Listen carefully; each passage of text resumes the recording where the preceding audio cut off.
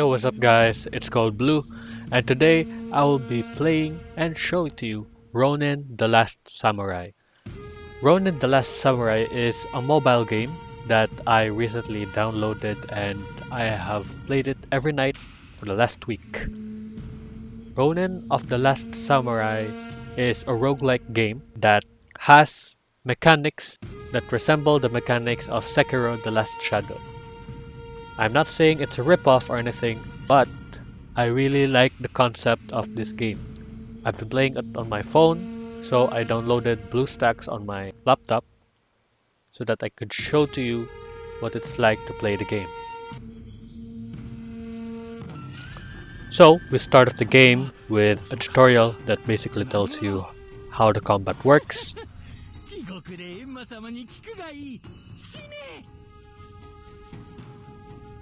So just like in Sekiro, you can block, you can parry, and there's a posture bar in which if you fill the posture bar of the enemy, you can stun them. But instead of insta-killing them, your critical rate only increases.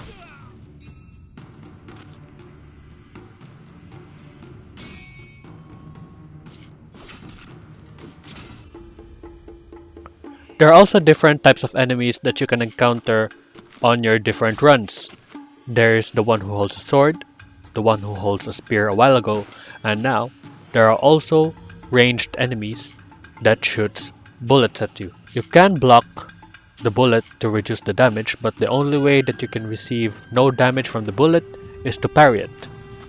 Now what makes this game a little bit challenging is that every enemy has their own moveset and parry timing, if you can call it that. So if the enemies decide just out of the blue to gang up on you, it's difficult to defeat them without taking any damage.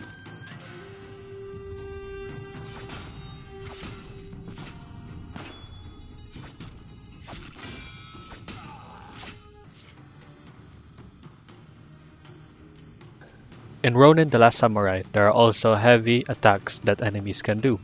You can block them, but there's still heavy damage that can be dealt to you.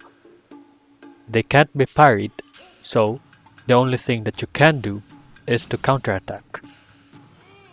Now in Sekiro, when the enemies do a heavy attack, you can dodge them. Here, you can't.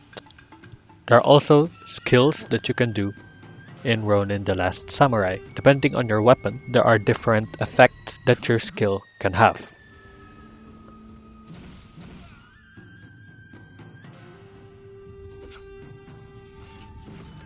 The game also has its own daily login reward mechanic, and I can say that it has been fairly rewarding.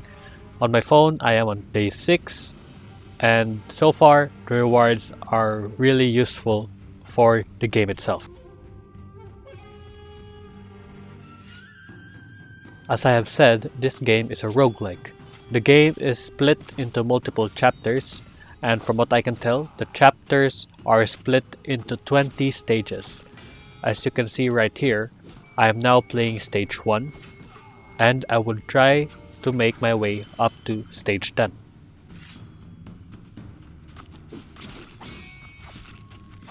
Now, as I play through the stages, we'll get to recognize something that, again, is kind of in Sekiro. The ability that I will unlock after getting to level 3 is the Scroll of Resurrection. It can make you resurrect once. Now, that concept is really similar to Sekiro having the dragon blood, I think. It really improves the quality of life in a roguelike game like this if I can resurrect once without having any consequences. Every 5 stages, you will encounter a boss. In a chapter, there are 4 bosses in stage 5, stage 10, 15, and 20. In 5 and 15, you will encounter many mini-bosses with blue eyes, but in 10 and 20, they are much stronger than the mini-boss that you encountered in 5 and 15.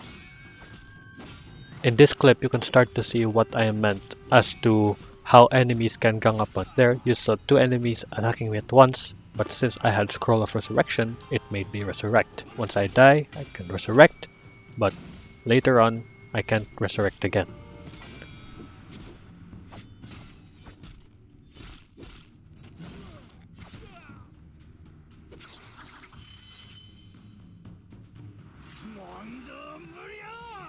Now I'm in stage 10.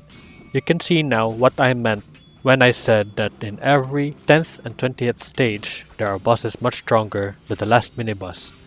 As you can see, the mini-boss a while ago resembled a common enemy that we can face in every battle, in any battle. But the 10th boss, it's much different, it's much stronger, it has much larger health, different movesets, and you can't do it again and again once you die. You will need to repeat all 9 stages that you have beaten before this before you get another try.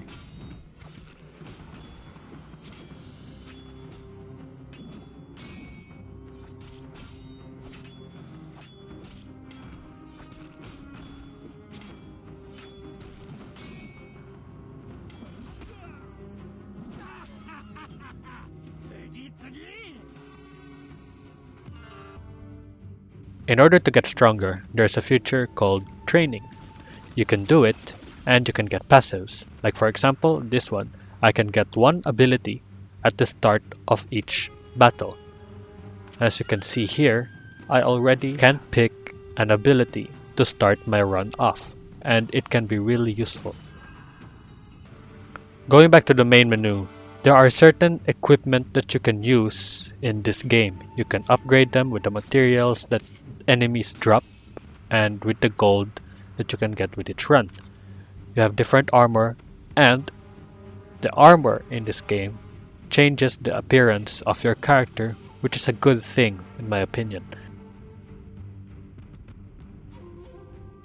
You also have different weapons in this game like the Crescent Moonblade and the Whirlwind Twin Sword. The Whirlwind Twin Sword is the dual wielding fast sword, and the Crescent Moonblade is the heavy sword of this game. The Shura sword is kind of the average or the middle between the two. Each piece of equipment has their own passive and their own skill. And now that I've trained and upgraded my equipment a little bit, let's see how I would fare against the stage 10 boss now. I'm using the Crescent Moonblade now, and look at how strong it is. The heavy weapon in this game is my favorite. It can give you the maximum damage, and it doesn't really feel slow. When I tried to use the Whirlwind Twin Sword, it's fast guaranteed, but the strength of the Crescent Moonblade more than makes up for the speed. Let's skip ahead in stage 10. Now, because of the armor that I got from my previous run, I have more health now. And keep in mind that there are certain abilities that can increase your strength or your health. And because I'm using the Crescent Moonblade, I'm destroying him right now. And my skill is already full. Now, when you're stunned, you can still use your skill. Now, the skill of the Crescent Moonblade is that with every hit against the enemy, you can regain a little bit of your health. I already beat him with one try with the Crescent Moonblade.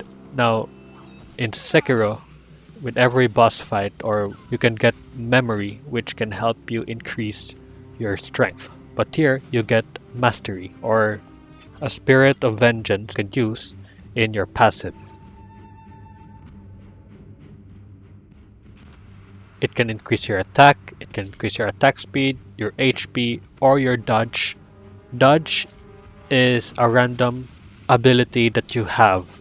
It can randomly trigger, and it can save your life in 1 or 2 situations. Now, if you're having a hard time with mastering the parry timings of the different enemies, they have a practice feature here that you can use. I actually had a hard time parrying the bullets that were being shot at me, so I used the practice feature so that I can master when to parry the bullet. And that's basically it. That's the game. I've been playing it for like 6 days now, and I'm on chapter 3. This is not a sponsored video. I'm not gaining anything out of this. I just wanted to post a video about it so that it can gain some more traffic, it can gain some more players, because I didn't hear this from a friend or from strangers on the internet. I just saw it from the recommendations from my Play Store. So I hope that more people begin to play this and have fun with it, because it's genuinely a fun game. And so like this video if you enjoyed watching it, like this video if you tried to play this game and enjoyed playing it, subscribe if you want more of my content, comment if you have any tips, any suggestions, any thoughts that you would like to discuss with me. That's all for today. See you at the next one.